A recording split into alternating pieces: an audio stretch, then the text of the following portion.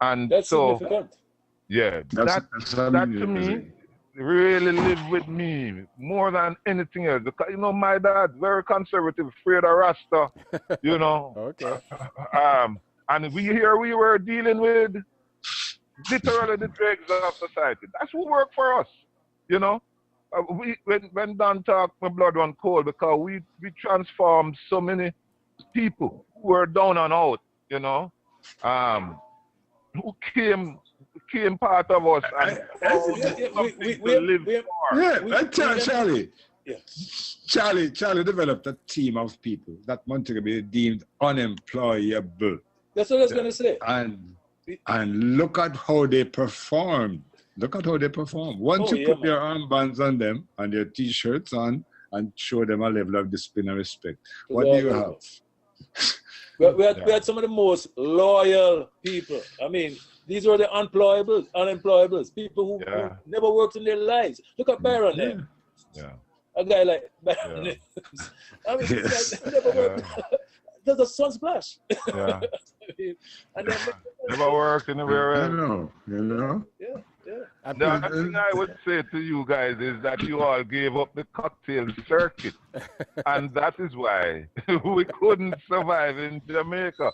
Because if you don't hobnob in their circuit, you're not going to get no obliged, you know?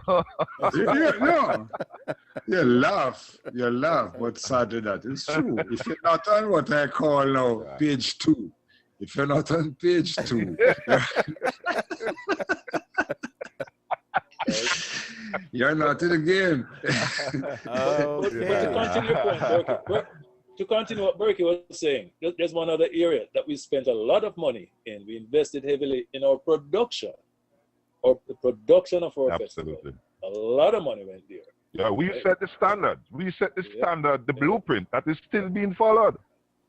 And I remember even when we started going with the foreign crews, initially we got a lot of flack. But where would the music be today if those guys didn't come in and at our insistence train local crews? Right. Most of the local crews that are working in the industry today were trained at Sunsplash. Right. And that initiative, that was our initiative. We never got paid for it. We never got any consultant fees or anything. No, it was vision. We were investing in a long-term plan because Sunsplash was more than the festival. Sunsplash really was demonstrating what the best of Jamaican people could deliver. You know, it was exploiting the potential and the latent potential. But the thing is now, today, there is no vision in the industry. It really has come down to a kind of hustle, unfortunately. Oh yes. And our government hasn't kept up pace with the industry.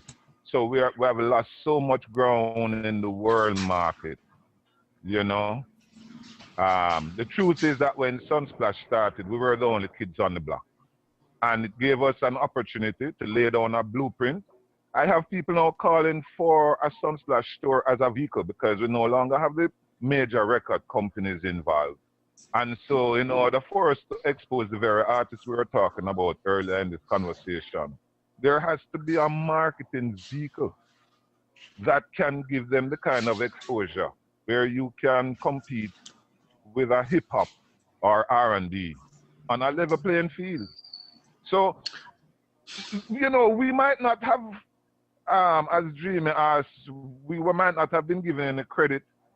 It might not have been vocalized, but anybody knowledgeable of the business know that Sunsplash has laid down the template, the blueprint for festivals, not just in Jamaica, but all over the world. You know? But beyond that, I think that one of Sunsplash's main innovations and contributions was the introduction of a package tour. Yeah. Correct me if I'm wrong, I don't think this was done before, where you take 3 or 4 strong artists, but now big time headliners, and package them together and tour 40, 44, 43 states in the United States and go to Europe with them. I think Probably that's an innovation of Sunsplash. Yeah. That kind of filled the void after the loss of Bob. Because only Bob and Jimmy could tour, really, tour. Yes, well, that's what I was referring to, Ronnie. That's what I was referring to. In fact, what is now accepted is that Sunsplash did as much as Bob in introducing reggae music all over the world. You know, Bob didn't tour for very long. The Sunsplash tour went on much more. On ear. Okay. And we're the only boys. We're the only boys on the block at the time doing it. So people are now calling for that very kind of tour again. Yes, I remember Don and I, we went to Brazil. You know, when we went to Brazil, we did 5 cities in Brazil for 2 weeks. That was the same year that Garnet Silk died. And people were just, I mean, coming from all over in Brazil just to come to Reggae Sunsplash. Remember that tour, Don? Yes, 1995. Yeah. You know, we were actually in Rio, Brazil, when we heard about Garnet Silk. I remember it was really sad. You know, and it inspired a lot of people. Yeah. Oh, you guys sneak out to Brazil and never even tell me, man. You remember that one? What do you never know? What was that? It was Inner Circle, Third World, Nadine Sutherland, Damian Marley, Cindy, and Damian Marley's first tour. Yeah. Damian Marley's first tour. Ronnie, I had to hide Damian from the girls them backstage because that's Damian Marley. I had to actually, and you know, he remembered. I went to him a couple of years ago and said, "You don't remember me, do you?" He said, "Yeah, man, you're the brethren who hide me from the girls." Yeah, that tour was wonderful. He's easy to hide these days.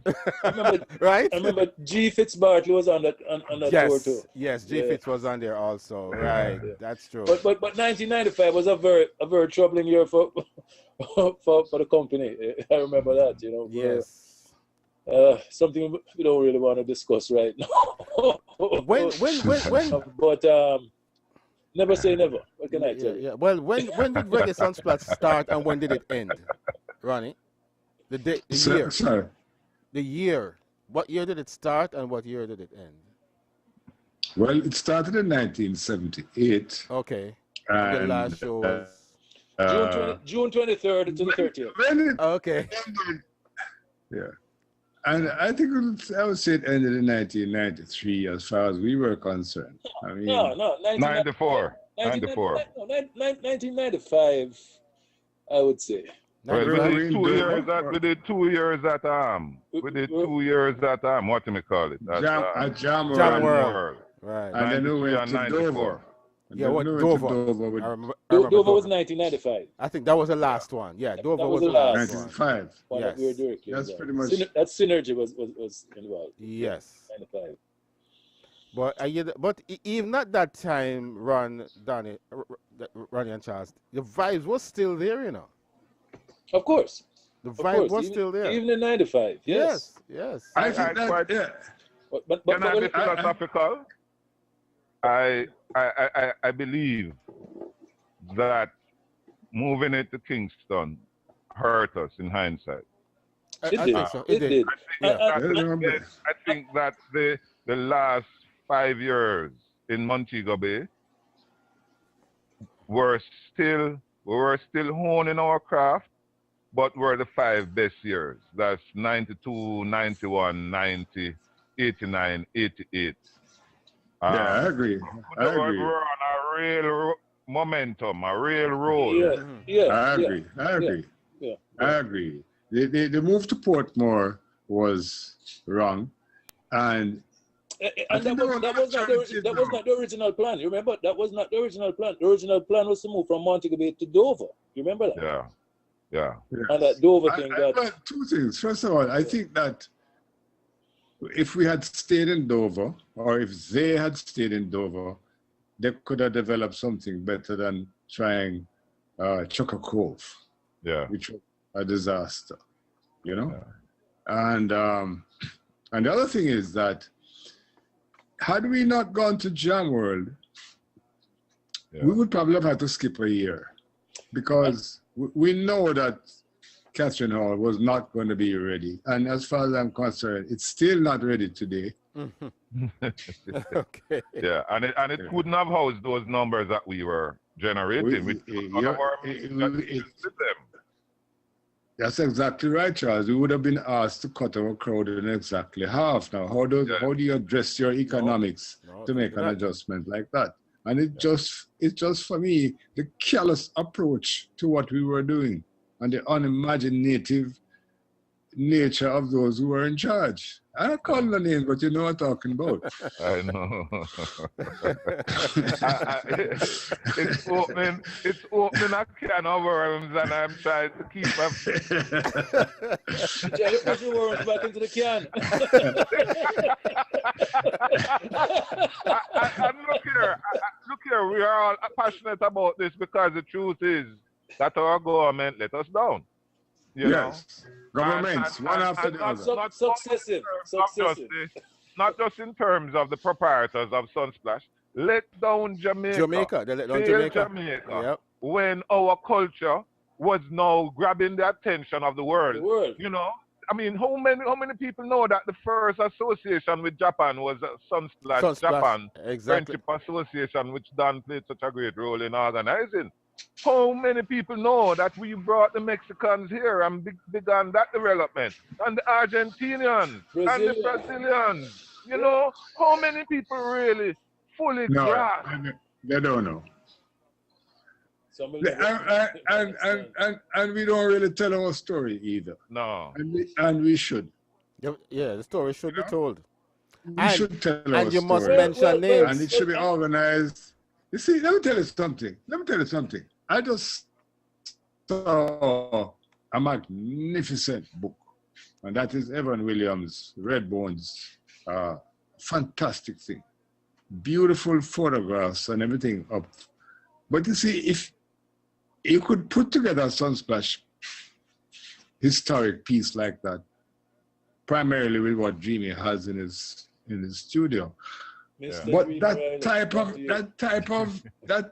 of book doesn't really leave you space to curse people, and we need to curse some people. Oh, that's what I said. Tell the truth about some of the things that happened. The names must be called. How many people know that synergy was required? Having borrowed money at 20% was required to pay interest of 92.5% for 3 years. What? How does any business survive that? Whoa. 92.5% interest was what was levied on us, and there's down to bear me out. That's loan sharking, you know? 92.5. Yeah, man. How do you do? And then the bank comes in and takes $400,000 or $500,000 in cash off the top. No questions asked. Give me this, and they're gone. And you must now run the rest of your week minus that chunk of cash. How many businesses have to go through and that type of stuff?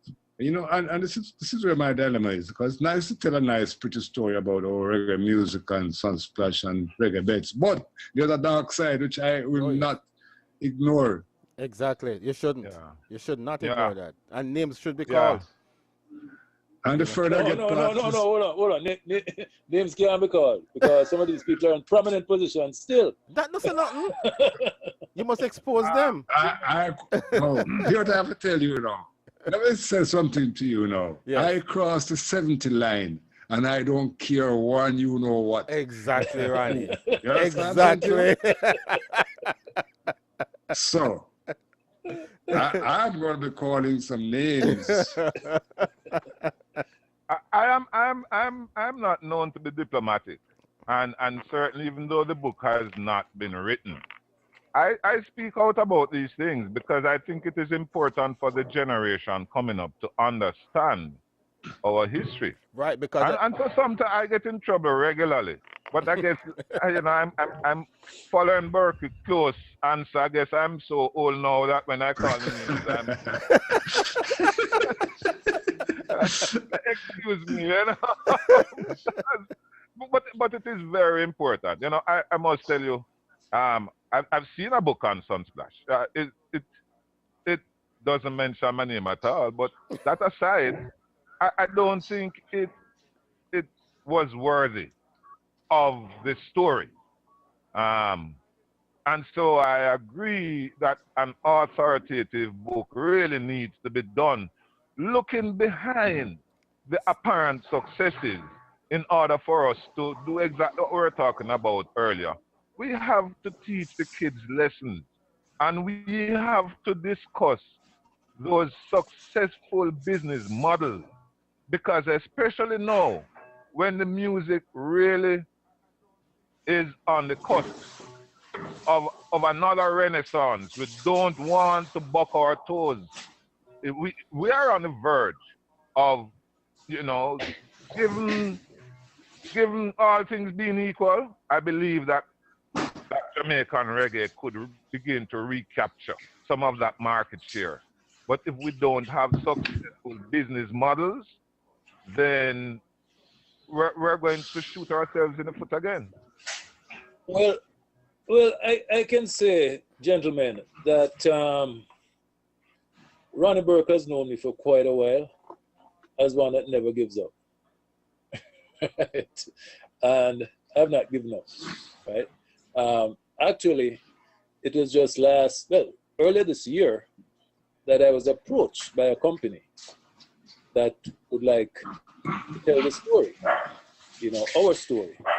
They see Sunsplash as a festival that was even more than what Woodstock offered. They say that Sunsplash created a movement, an international movement that now reached out and created over 250 reggae music festivals around the world. Based upon our model. So they see that as something that's organic, living, and, you know, let us not think that it's dead. It's alive, right? It's for us now to tell that story. But, you know, we keep creating these things and handing them to the world. Look, let's take a look at ska. We have 500 ska bands between Germany and France alone. Wow. Incredibly. And how many in Jamaica, you say, Charlie? Two struggling bands. Two struggling bands. If I don't get them work at Reggae Montserrat, they suffer. Yesterday, I heard a song by Phantom Moja, right? Yeah. And it has a nice little ska rhythm in it. And I said, whoa. It's coming back down, little by little. More and more of the groups are experimenting with ska. That's why I say we are on the cusp of a renaissance. Because, you know, again, I must give Ibu a lot of credit. But, we need 100 exposing them, yes, absolutely. We need to clone him, because exposing those who come through, one good thing about the music, you know, a lot more people are being trained. It's not just intuitive art like in the early days. And giving them that exposure, now making these bands experiment with ska and rock steady, and you see where dub is. I mean, dub has taken off again in Europe, you know, and so the perfect time for us to be producing material, to be putting acts on the road, because you know what is happening. I mean, I sit down with Steven Stewart and these producers. It's amazing how many of these top European bands come here and hire our local musicians, and they are still paying them session fees. They're not giving them credits on the album, but they have to use one token one to tour with them when they go on the road. Because guess what? The music is still being played by these quote-unquote old Jamaican musicians. They're the ones in the studios. Yeah, that's true. These top European acts. So we still have our edge, but we're not using it. It's no accident that band called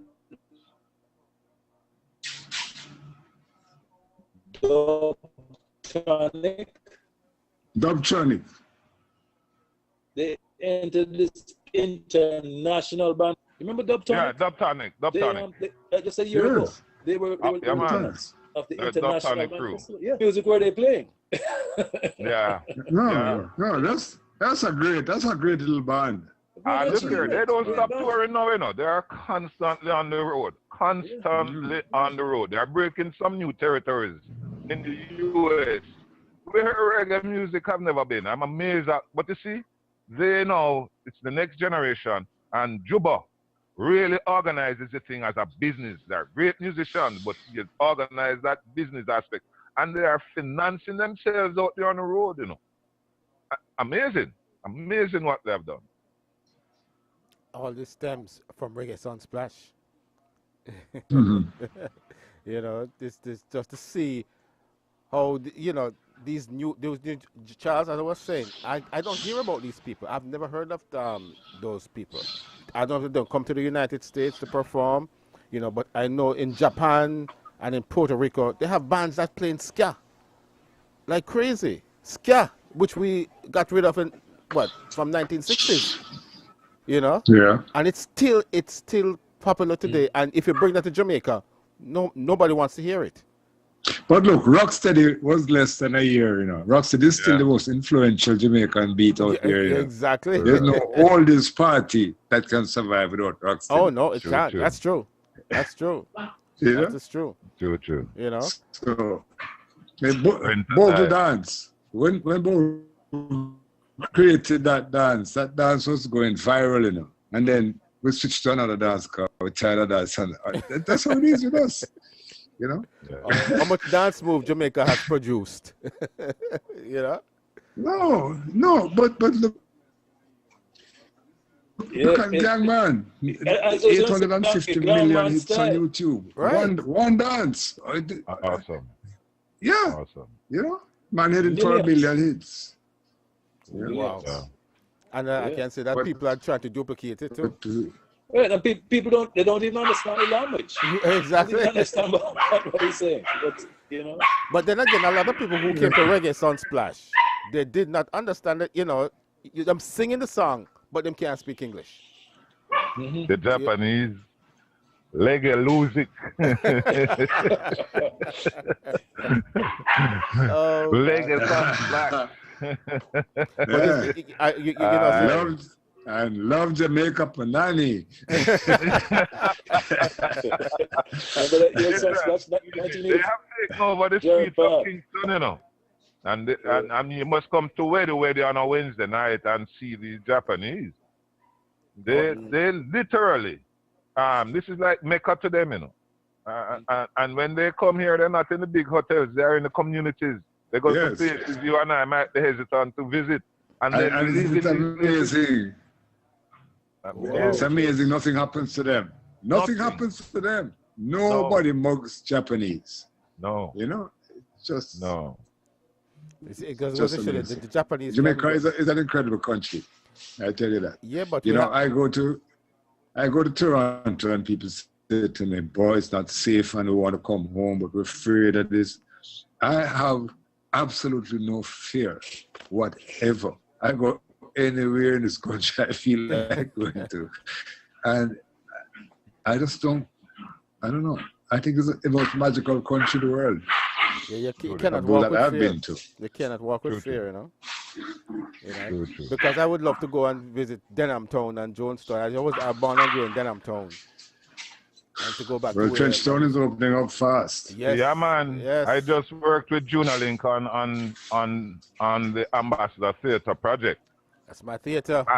And you know, we've been working to get a concert hall built, and we're looking at options like that piece of land by the Bob Marley statue, and we've been talking to the Prime Minister about a piece of land over by King's House.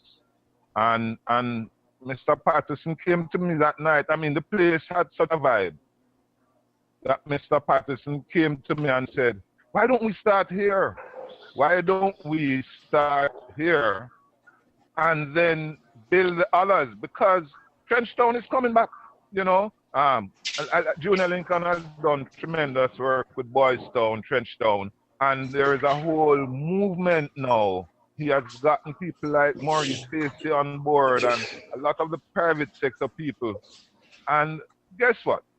More than anything else, the people down there recognize that this is for their economic growth, benefit and growth, you know? And so there is such a vibe there that I believe it's going to be a very successful venture that will drive the redevelopment of downtown Kingston. So I agree. Are they getting the youth involved with all of this, Charles? That's what I'm telling you. That's what I'm telling you. Junior has taken a nice wonderful things. Doctor and Henley Morgan is doing some great work down there too. Wow, yeah, that's good. Yeah. That's good. I'm looking forward to see more on that. I said I really love to come down there and stream that Ambassador Theatre opening, you know, because I used to frequent that. I remember I wanted to go and see this movie Street Corner, and them wouldn't let me become the too little bit. And up until today, I have not seen that movie. The man said, "Youth, go your yard. You're not ready for this yet." But I'm telling you, boy. But you see, it's for me, it's incredible what events like what happened at Ambassador can do towards taming this downtown stigma, the fear of downtown. Yeah, the stigma. You know, the more right, you know, you're showing the people some respect. And they, in turn, go beyond showing you respect. I mean, I remember going down there and parking my car, and a guy just says to me, "But I should have to lock it up at night, safe." And I just knew that it was safe. Yeah, you know. So true. That's good. That is good. I like that. So true. Yeah. So when we get our Jamaica homogeneous enough for everybody to enjoy, there's gonna be no place like it. But we need another Sunsplash. Kingston is a great start. To create that run, bro. Yeah. You wonder where we got off the track. When you think of Michigan and Smiley, social barriers broke ground.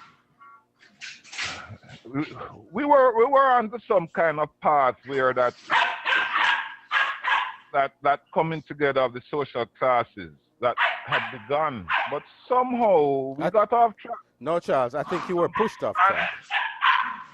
Yeah. I think the politics changed. Off the track. Yeah? Reggae Sunsplash was that's really I'm flogging that horse, right? Okay. Political tribalism has done so much to hurt us. That's true. No. And we have to move beyond that politics. Yes, that's true. You know, there's a change in the politics. But remember, I remember a particular year of Sunsplash, 1980, when political tribalism was at its heights, right? And yet still we had Sunsplash in Kingston. No, but just to say we had to move it to Kingston. We couldn't face move it. Everybody was happy. Everybody enjoyed themselves. 1980, the lights went out. Remember? The lights went out. Yeah. No incidents. I tell you what I remember about the lights going out. I remember all the uptown people running for the cars and flying through the gate. And all the people who left behind were lighting spliffs. You could just see lights going up all over the place. You know? I thought the lights came back and uptown. The lights came back on uptown turn, you know? Yeah. No. I thought you were going to say something else. What 1980? What I remember 1980 was when the lights came on back. And this German journalist came and said, "Oh my God, you know, I lost my camera is gone with all the photos that I've taken. What can I do?" And what did Ron and I do? We contacted a gentleman. I won't mention his name, but he knew all the hustlers. Let's say he knew all the hustlers. And we went to him and said, "Listen, this man has to get back his camera." And sure enough, the following evening, the same gentleman came up whistling, wheeling the camera around his finger. He brought it back. That was Sunsplash. Yeah. The magic of Sunsplash. Yeah. Wow, that was good. Dan. That's a good story. I said, Sunsplash has so many stories to be told. Yeah. You know? Really? You know, really, it really Countless. has to be documented. And this is just amongst ourselves, you know. Exactly. Can you imagine the other stories of the visitors that came to Sunsplash. Oh, yeah. Tons of those stories out there. People came to Sunsplash, they met, fell in love, and got married, and have children. Yeah. Sunsplash babies are No, when I get into a circle of Sunsplash patrons, I just shut my mouth and listen. And listen, yes. I mean, some fantastic stories are told. Oh, yeah. I mean, I ran into an American tourist, white, right? She came off the plane, and this was in Montego Bay now, and she went up to, not Iron Shore, the other side of Montego Bay, Hanover side, up in those hills. Right? Hanover. Yeah. And there were some rooms up there that a friend of us used to rent those rooms, some cottages. And she said she came off the plane, she went, and then she heard this noise going on next door. And she sort of ventured out to see what was going on, right? And she met that top American singer. God, what's his name? He used to come to Sunsplash every year. He died the other day. He's like a Lenny Kravitz, but he was not Gil Scott. Not Gil Scott here on your talk. Not Gil Scott.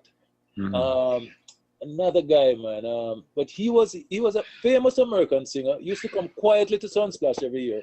And here's the stories that that to her that was the heights of anything meeting this famous singer who was at Sunsplash also. Right? And of course, there are many people from the Midwestern states that came to Sunsplash. They came to a stall.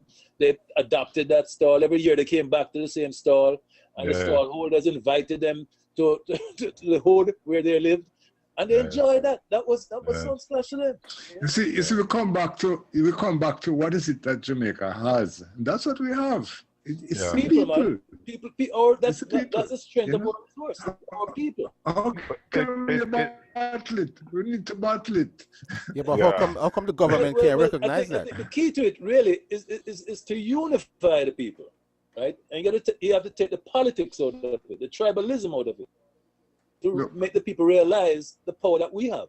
Yeah. Well, and I go back to the business model because you see, our vendors came from Montego Bay mostly. And we had some people from Kingston, but they were the so-called little people. Now these festivals have been taken over by the large business class. Oh yes. The vendors are no more like our vendors.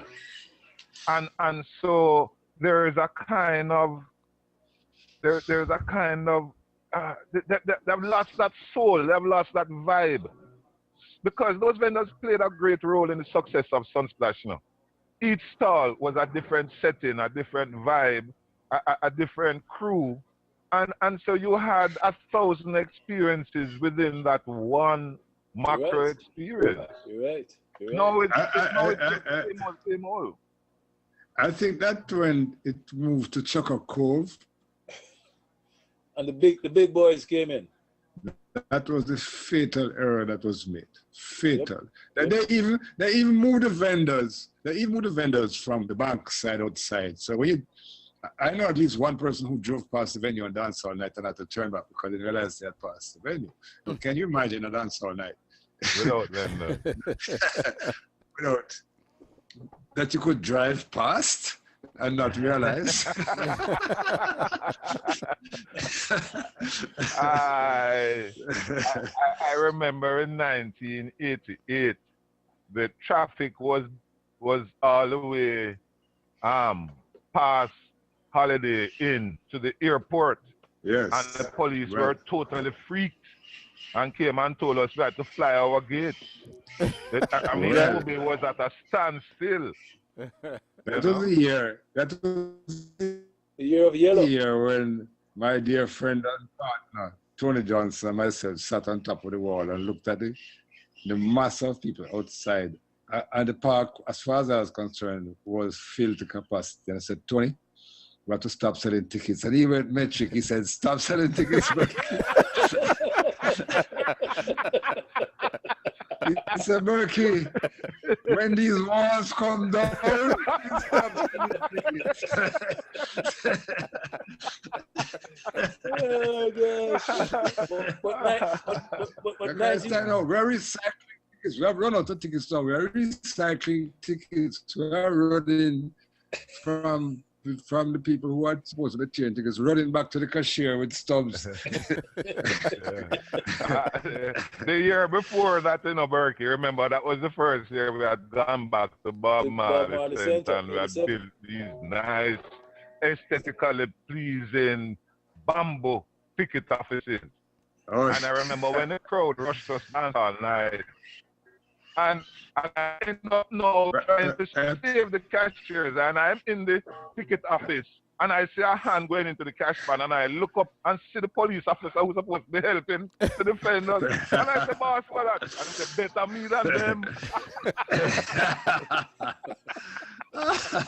I be confused, say, boys, better him hold his cashier, and we save some, or we might lose everything. My boy says, better me than them. I know we had to abandon some of those ticket offices. That was something, boy. But we were ready for them after that, though. That was our last experience of not being able to manage our crowd. I think we gained tremendous respect for our ability for crowd control, and the police in Jamaica learned a lot from us. Security companies at the time weren't able to manage live events, and we really taught them a lot in terms of how to manage an event. I distinctly remember a security guard lying prone on the ground while his dog rolled over him. I also remember Tony. Lining up all the dogs because the big gate in Jarrett Park was going to come down for sure. So we lined up all the dogs. Tony lined up all the dogs and then flew the gate. Tony fly the gate? Flew the gate. We still haven't found some of the dogs.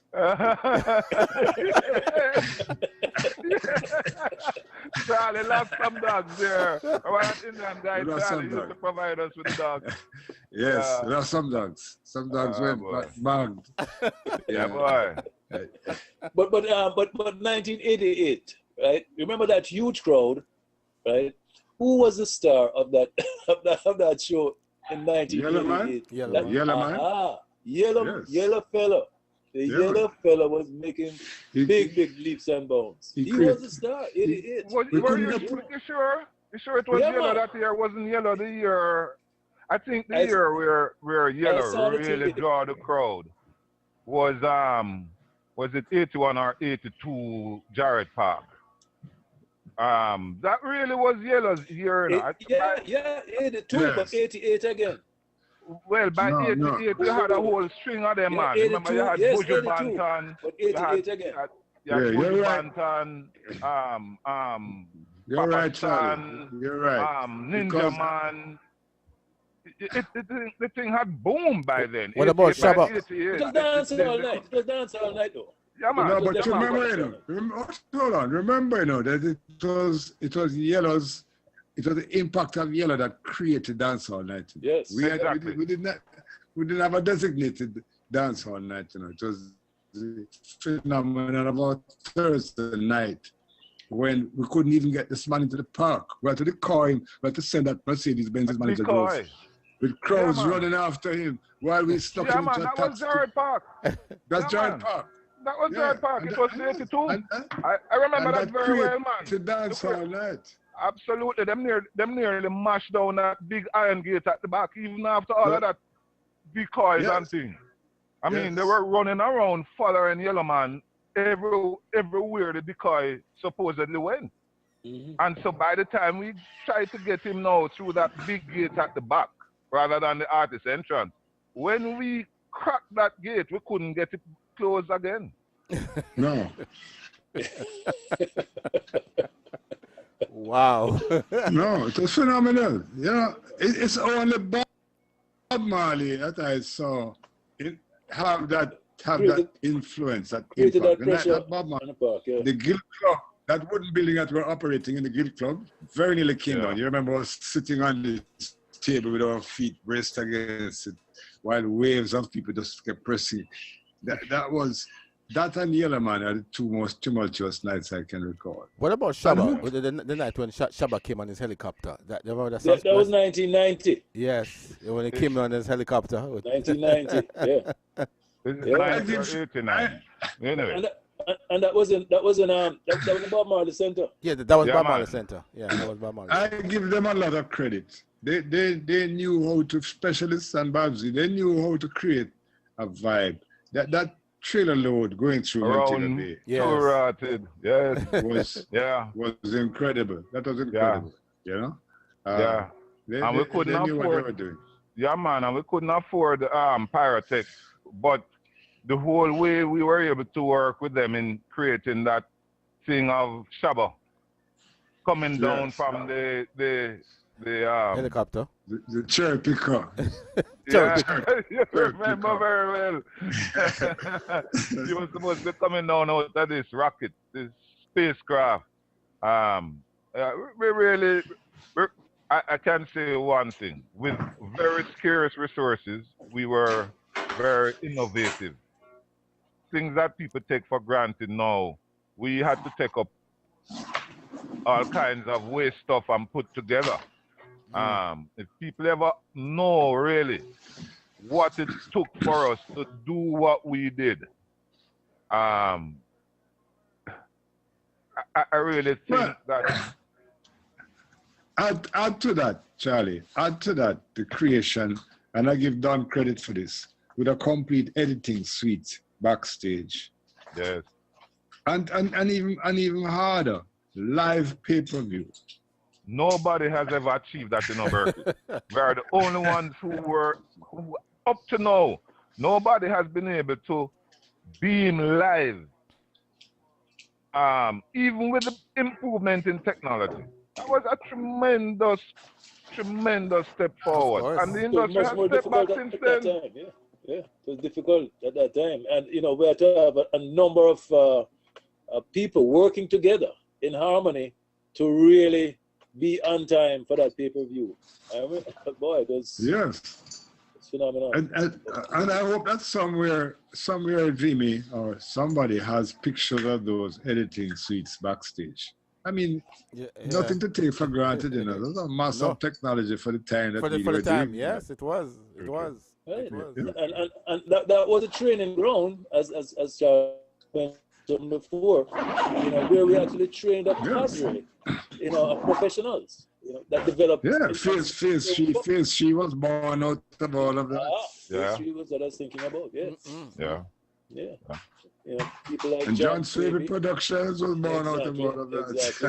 Exactly. Luke Chong, all those guys, Yeah. Wow. It's amazing. So but it was good stuff, man. Good stuff. And, we are happy that so many people were able to use Sunsplash as a platform and, launch their careers, feed their families. And we just, I'm a little disappointed, yes, that, we were not allowed the opportunity to continue this development, because even the concept of tourism, I don't think it has really been appreciated. A kind of tourism where people would actually come down, meet Jamaicans, and have Jamaicans invite them into their homes. And those Jamaicans who invited them into their homes would protect them. I mean, they were their friends. And you know what? I tell you what's another unknown statistic. The fact is that many of these people return to Jamaica at other times in the year as tourists. Yeah. Nobody's been able to measure how many people came down for Sunsplash and became, after that, regular tourist visitors. Yeah. True. They came for Sunsplash and then they came back again. Yeah. Brought their families back, Yeah.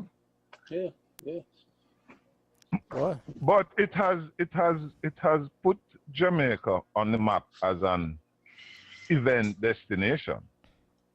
And now with the tourism reaching a plateau, people are realizing that you have to build up on that tradition. So whereas we might not have individually benefited the way we should have, we have certainly planted a seed that is now germinating. You know, sometimes things take a while to gel. So one has to be philosophical about these things. I agree. There's no space for bitterness. It was, we jumped in feet first, and we had remarkable success, given what facilities did not exist when we jumped in feet first, you know? And the environment. And a lot of credit to my dear departed friend Tony and John. And John Wakeland. Because without, I don't know anybody who can kick open doors effectively as Tony Johnson. To this day. I tell you, Tony don't joke when they come out. When I tell people about Tony Johnson, you know, I like Tony Johnson, the President Obama. His smoothness, his eloquence. True. I just got a partner who's as smooth as President Obama. True. Very true. Yeah. Absolutely. You know? Very true. But he did kick down some doors. Oh, he kicked down doors. He ruffled a lot of feathers too. He knew what buttons to touch. I remember being at a parish council meeting with Tony when they wanted to charge us $10,000 for picking up bottle stoppers at Jared Park. You remember that? Yes, I remember that. When the council was going on bad, Tony said, "Look, you won't like me, you know, because I don't come to the rum bars."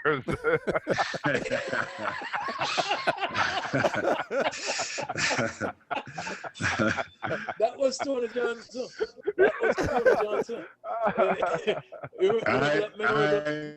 I stood with Tony. Could I forget? I stood with Tony Johnson while he told a minister that this thing is bigger than him. Yes, the minister did not like it. Did not like it at all. But that was Tony Johnson. Tony Johnson would hit right between the eyes. Yeah. He told him a few other things which I don't think it would be wise for me to try and repeat over this media. But to say that I was frightened beyond my is an understatement. You know? On many occasions. I can never forget Tony's speech to the parish council, the initial meeting with the parish council, when they heard our plans and presented an 18-point disbursement for whatever profits they thought we were going to make. And my boy went up to the podium. I'll never forget that address Tony made to the parish council. It was classic. I think only maybe Nikita Khrushchev banging with his shoe could have come up close to what Tony did. I also remember Peter Martin challenging our ability to finance these plans, and Tony immediately drew the race card.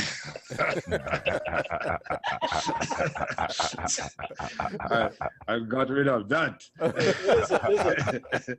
I sat in a meeting, and Ronnie was there too, in London, in Sir Harold Shaper's office, right? Sir Harold Shaper, he's the guy that owns part of Florida, right? Yes. And this guy decided that after seeing the first year of Sunsplash in London, he was going to register the name and take the name from us. What? Right? So the following year when we went back, Sir Harold Shaper invited us into his plush office, deep carpet. I mean, you can't see your ankle when you step in there. And he tells us that, listen, guys, you have to go through me to state Sunsplash here. Tony Johnson went metric. Tony Johnson was finished with him, right? He not only told us that, you know, we could certainly buy back, refund him the money that he had put out to register the name. No, but Tony told him something about it. Invited us on the River Thames to have breakfast the following morning after Tony finished with him. Yeah, I think Tony mentioned something about a leg. About the guy's leg and what could possibly happen to one of his legs.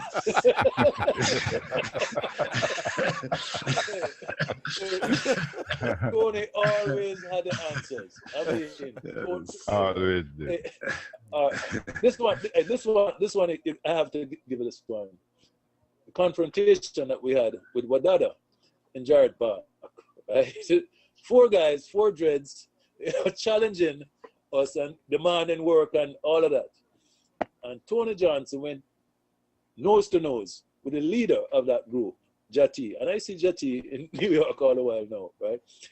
But after about 15 minutes of a heated discussion in the hot 3 o'clock sun, Tony Johnson turns back and says, hold a second. He comes to us. me and John, Ron is sitting down, and Tony says, you see these 4 guys? These guys are going to be our security. So we decided to adopt these guys and embrace them. And they were almost loyal security. Yes. Yeah, man. Great tactician. Yeah, but beyond that,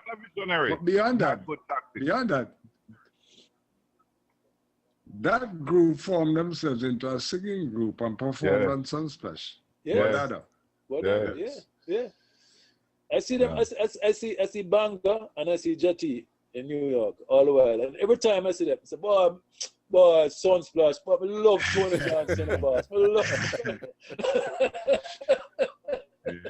I see Sunsplash had given a lot of people their start in business, you know.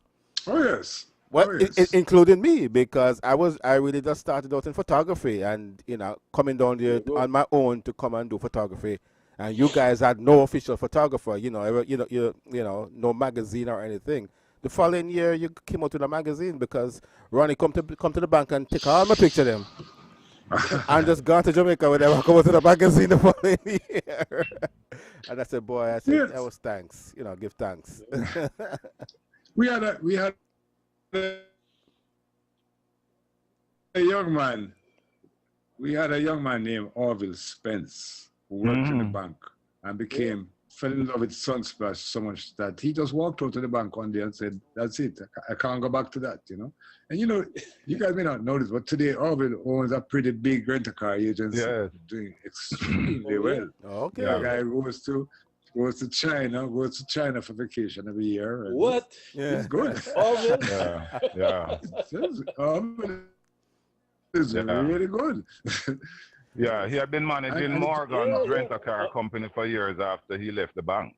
Yes. Yeah. But he really just took to the security like fish take to water, boy. Because I remember the first year I looked on him and I said, no, this guy is not the right kind of candidate for this kind of work. But he took to this thing like fish take to water. Oh, yeah, man. He was a deadly fellow when he came to Many people came to Sunsplash and lived their dream.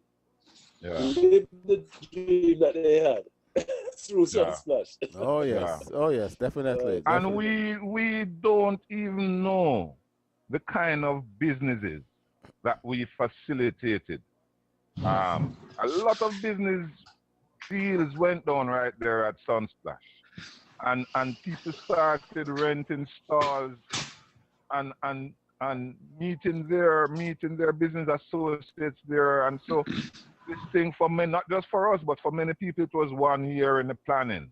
And it was a way to efficiently get business done with contacts from all over the world. All over the world. It became international business people. Yeah. Yeah, Sunsplash was just truly international, When you look at the people that came to Sunsplash, every nation, every single nation was there. Yeah.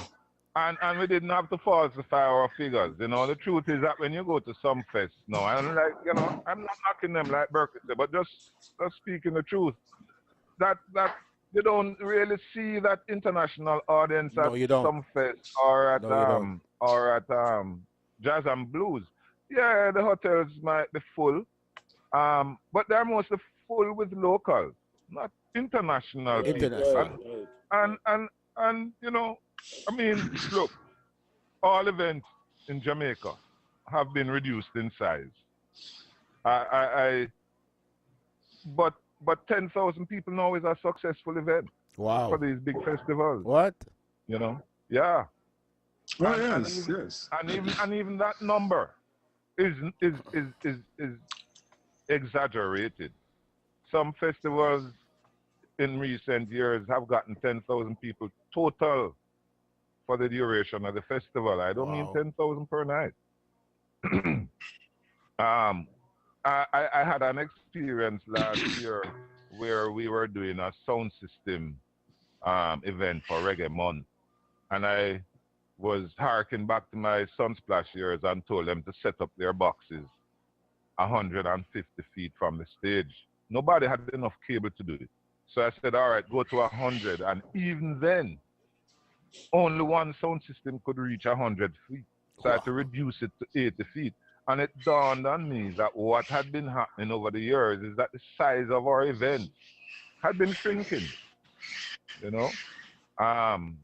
So the numbers that we talk about, people don't believe we're credible when we speak about getting 25 and upwards per night, you know, for the 3 big nights. People don't believe us. Mm-hmm. No. You better believe it. Let me ask Dreamy. Yes. Let me ask you a question.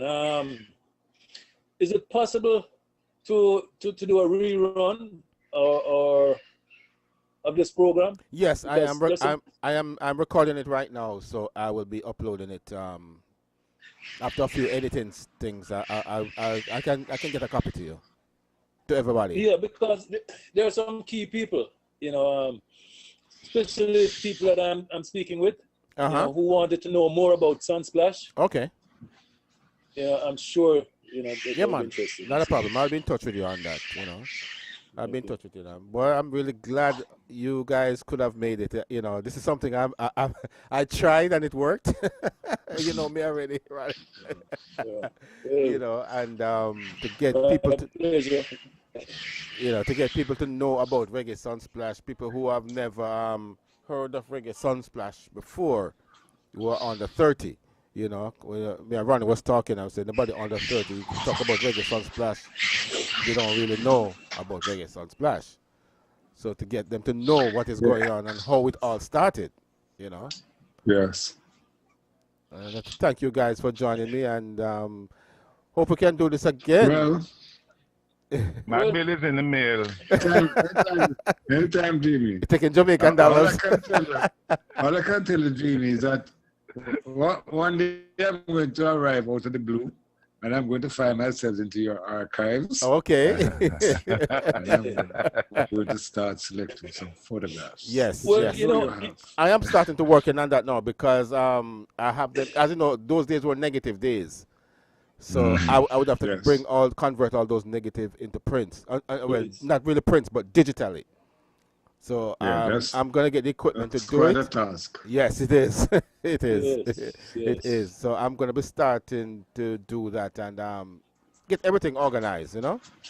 Yeah. Okay. You know? I really love to see some of those photographs, really. And, yes. That's it, you know, some classic, some backstage shots that we used to get, you know. Those are the great shots, the backstage shots. Yeah. Oh, boy. Yeah. Those are amazing. The ones. Amazing how many people in some of those shots are no longer with us. Yes, but even in the 1983 Reggae Cool Runners I was showing, you see people like Alton Ellis, Gregory Isaac, Dennis Brown, you know, Bagger Brown, you know, they are not. Bagger Brown, they're no longer with us, you know, but we have them recorded. well, that leads to another thing that I've been really vibing on, you know, and as I say, you know, I guess Sunsplash was planted too deep in my my brain, that you know, because I still believe in Sunsplash, and I was thinking, wouldn't it be a good thing, a nice thing, if we could get all of those who experience Sunsplash together again in like one big get together. Hey. And a geriatric party. 2013. Hey, that sounds good, Don. They could call. I'm working on it. We could call it Jurassic Park. Oh, Ben Gay. Family party. Jurassic Park. We have to celebrate life, man. We're still here. Yes, still definitely, here. definitely. I'd love to see everybody again. Oh yes, really. Oh yes. Okay, brother. I hear you. Let's work on that, Don. I'm working. Okay. All right, and guys, thanks again for for this, and bring back some great memories, great memories of Reggae Sunsplash. Thank you, man. And Don G, all the best. Charlie, yes, take Charlie. care. All right. Ronnie, Respect, guys. Okay. Dreamy, I am joining you by expanding my wings in the media myself. So I'm starting a Wednesday night program on RJR. So I hope I can bring off a forum like this one of those nights. Okay, sounds good, man. Yeah. Sounds good, man. Nice, Yeah. Charlie. Yeah. What time is that, Charlie? The graveyard shift, you know it is. You have to start at the bottom of the ladder. So it's midnight to 5 o'clock every Wednesday. Oh, that's good. I'm glad for you. Okay. Okay. Send me the link. Send me the link. You know. I will. Respect. Yeah. Okay, guys. All right. All right. Take care, guys. Thanks One a lot. love. One heart. One destiny. All right. All right. Jesus, that took longer than I thought, man. Okay. Joby. Okay. That's it. That's it. Oh boy. What an evening. Thank you everyone for joining me. We had Ronnie Burke, Don Green, Charles Campbell. We were talking about Reggae Sunsplash. Wow, that shocked. That was a great event. I'm glad you have joined us, and for those of you who have stayed with us and listened on your phone and on Facebook, or those of you undercover, we hope you enjoyed it, and we're gonna bring back something like this again early next year when we get the crew back together again. As I said, Don is working on something, and I'm working on something too. Gonna leave you now, and join us tomorrow for Arian Mello Sunday Serenade with Ron Burke. Have a wonderful and great weekend.